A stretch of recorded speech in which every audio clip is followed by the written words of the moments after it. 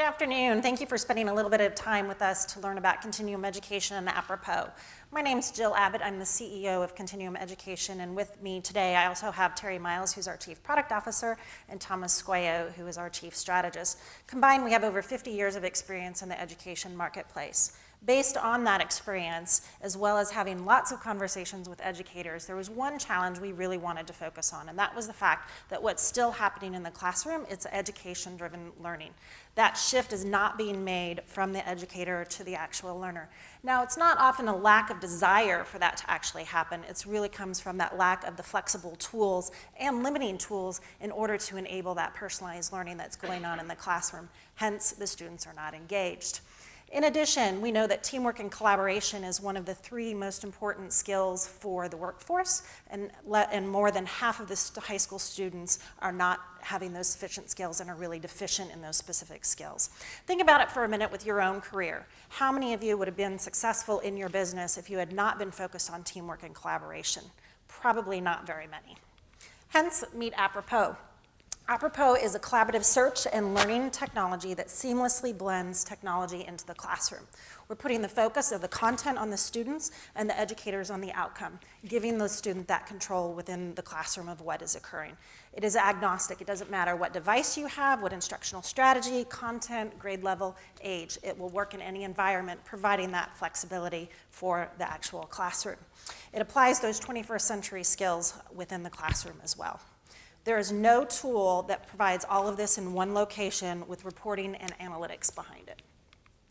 So let's take a little bit of a closer look. So this is the teacher view of what happens. You create a prompt or an activity, as we call it, and that prompt could be something along the lines of, what are GMOs? How do GMOs impact me? Where can I find GMOs? You can align it to a learning standard if you desire, and you'll notice on the right-hand side then it creates that code and URL, which the teacher then sends to the student. While the students are doing their search, if you look on the right-hand side, it's posting all of those specific things that the students are doing, the comments that they're making, the discussions that are occurring, as well as the rankings that go along with that. This is the student side. This is where it gets pretty exciting. On the left-hand side, again, it doesn't matter what the device is. On the left-hand side, you'll notice there's the search. The student goes in and search. Could be, we have Google and Guru Learning built in as our search engines.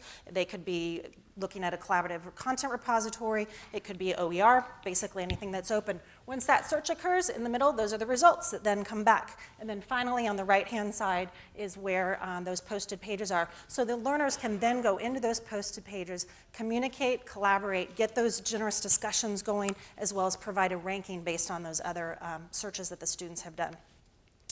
From the reporting perspective, I mentioned we had those reporting and analytics. This is the first part of the report. You'll see a nice compilation of all of the sites and things that were submitted, as well as you can put in an actual link to a Google Doc, something out of your Dropbox, with the comments and the stars there. Here's the part that gets exciting. On the left-hand side is each of the individual students. Yes, we provide that data back of the number of searches and comments and those types of things, but we're also logging all of those queries. So you can begin to get an understanding of where the student and how the student is approaching that specific problem. We also have a built-in rubric, so you can type in those notes and then assign them a specific score. From a business model and market perspective, there's three main foci that we have: higher education, K-12, and those B2B publishers and providers. From the business model perspective, it is a subscription model for the learners, schools, and institution at the higher education level. And then on the B2B side, it's a licensing and partnership opportunity. We're here at this conference to expand those relationships that we have, as well as to looking at investments.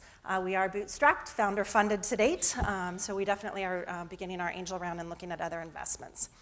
From a traction and efficacy standpoint, 3 to 4 weeks ago, we started our initial pilot. We are pre-release, but with that pilot in K-12 higher ed, we already have over 225 educators and 13,000 learners internationally with that. And coming very, very soon, we'll be announcing 2 B2B relationships as well. We do plan on releasing to the market first quarter of next year. You know, we are very honored to be here today, and one of the main things that we wanted to focus on as a company is really how is it that we're approaching learning for all students, whether it's my niece who's 9 years old and has Down syndrome, or my best friend's happy-go-lucky son getting ready to start kindergarten. This is the focus, and we've intentionally engineered everything that we have done at Continuum Education and with Apropos as our first product, with this as the foundation. So thank you for spending a little bit of time. Please come visit us, pick up a card. It'll have a passcode you can experience as a student, as well as then create your own teacher account.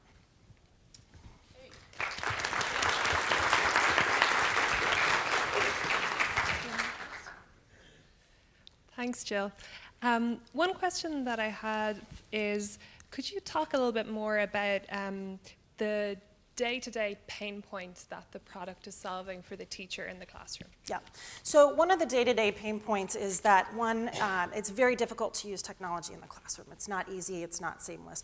The teacher can set that up in about 2 minutes on the fly, or can set it up from the very beginning point. As well as there's that, I call it the dark screen syndrome. You walk into the classroom, nothing is turned on, there's no devices. So that's one of the specific pain points, is it's quick and easy. So whether you're at that very, very introductory level, not comfortable with technology at all, or much more fluent in what it is that you're doing.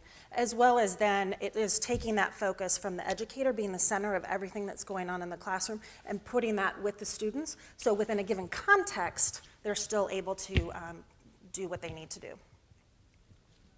So you covered a lot of content in 5 minutes. I want to commend you on that, and it's a great quote. Yeah. Thank you. Could you give a little more detail on the numbers, the 13,000? How did you get to them? How did they get to you? And what do you project that will be over the next quarter? Yeah, so we are doing right now an open pilot as well from a formal standpoint as well as from an informal standpoint. So we established some relationships with some organizations and are taking them through, I don't want to say a more rigorous process, but we have a logic model built in with all of our research to look at it from an efficacy standpoint. So they'll be completing some additional information from surveys. Then from the open pilot standpoint, the informal one, it was just a matter of reaching out via social media and said, hey, we have this great tool available, are you interested? And you go right on the website, and within 2 minutes you can have your account created. So that was the focus. So that's where the 225 and the 13,000 come from. Over the next quarter, we'll be continuing on with the open pilot. We will not, excuse me, from those open pilots, we will not be charging them until the following year. And it was great, Jill. I think you just said charging them, so by them you're referring to the schools that would be the ones that are paying? The schools and the institutions, okay. Yeah. Can you give us a little bit more in terms of what that structure is? Is it a subscription model? Is it going to be something? Okay.